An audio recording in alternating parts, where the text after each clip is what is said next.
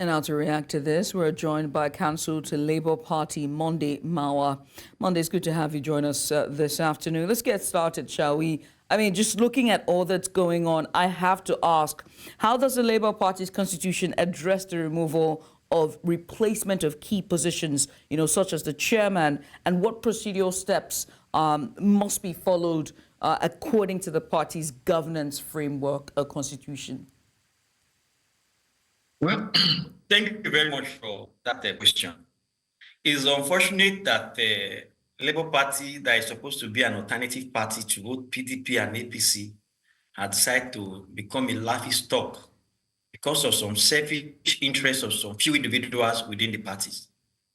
You see, there is a very popular decision in the case of PDP and Ozigbo, where the Supreme Court clearly stated that the party and its members are all bound to adhere strictly to the provision of their constitution.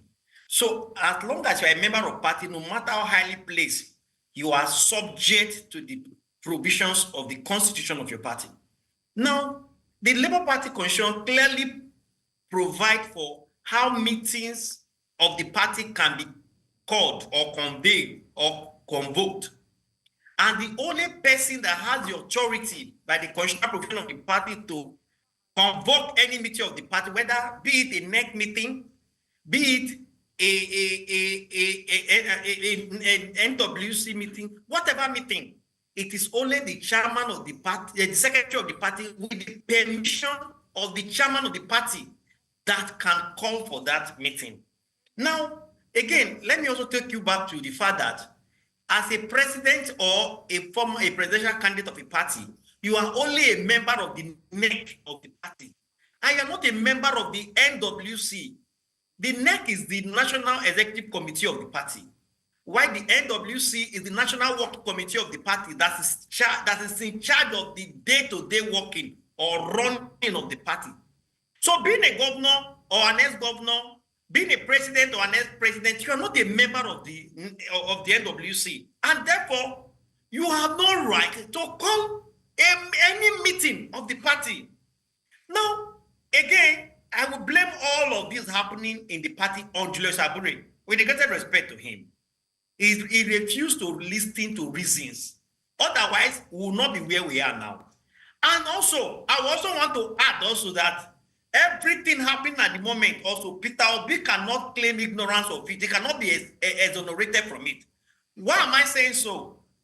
If you have been following critically the issue in Labour Party, right from when the FCT High Court on the 5th of April 2023 restrained Abure and 3 other principal members of the party, you won't believe that Peter Obi, a leader of the party, went to join Abure to convoke a NEC meeting in Asaba on the 18th of the same April, just 13 days after the restraining order of the court against Abure.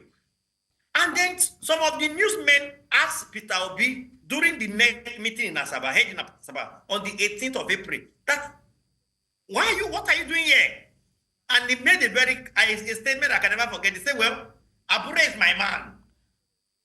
Monday. Of a court restraining Abure. Monday. Peter Obi join Abure to conduct. Monday. Now, yes. let's jog our memories back to that time. Wasn't that because of the Lamido Apapa incident of him saying that Abure was not the actual leader of Labour Party? Correct me if I'm wrong, but that was during this incident. Correct? No, it was not a Apapa issue. Okay. If you can recall, his word from Uromi suspended him at that material point in time. And don't forget, politics is local. If you are going to be an executive member of, if you are going to be anything in a political party, either a secretary, a PRO or whatever, you must first be a member of the party. So position in the party is a privilege of being a member of the party. So the day your membership in the party is suspended, whatever position you are holding in that party automatically is suspended. You can also see the case of Oshomole and his word during when he was suspended by his word as at the time was national chairman of APC. All right, so Shomole was suspended from his word and immediately was excused. All right. Abure was suspended from his word. Obi said he should continue as the national chairman. All right. But today, this Abure has become like a monster that they have themselves breathed up and they are unable to contain him. So let's away from Peter Obi and whether he should be exonerated or not, let's just stick to what we know here. I have to ask you, what authority do Julius Abure and his led executives have in disowning or challenging the legitimacy of the newly appointed caretaker chairman? And again, how is the authority defined within the party's internal regulations? Thank you. First, like I said, I've tried to differentiate two organs of the party to you, the NEC and the NWC. Okay. All members, the governors, former governors, president, former president, deputy president, whatever, they are all members of the NEC. So no members of the NEC has the power to call any meeting for the party. So the only people that can call meeting are members of the NWC. And in that NWC, it is only the secretary with the permission of the national chairman that can call for NEC, for any meeting, not just NEC, any meeting of the party. So the point I'm making is this.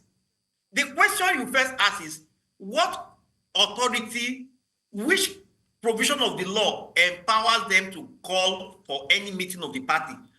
The governor of Abia State, with due respect to him, is not a chairman of the party nor a secretary.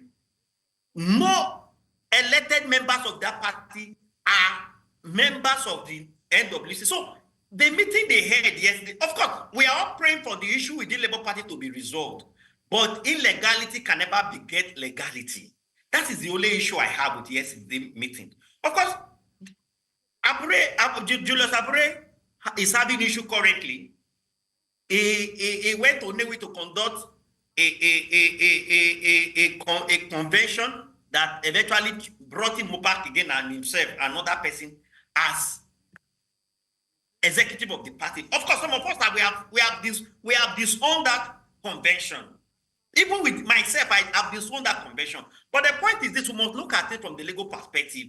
Nobody, neither the governor, neither the Peter Obi or any other person there yesterday, has the constitutional power to call for any meeting. And if you have no power to call for any meeting, any resolution reached on such meeting can never be a legally reached resolution. So that's the point we are making. So this is trying to beget legality through an illegal means. And the law is that you cannot get illegality, can never beget legality. Well, Monday, I must say thank you. Thank you so much for joining us today and giving us and putting your bit of insight there and perspective on the matter. We'll wait to see how this continues to unfold for the Labour Party. But one statement you made was very correct. There's been a lot of in and outs or topsy-turvy turns for the Labour Party. Hopefully, there will be some sort of straightening out. Again, Monday, many thanks.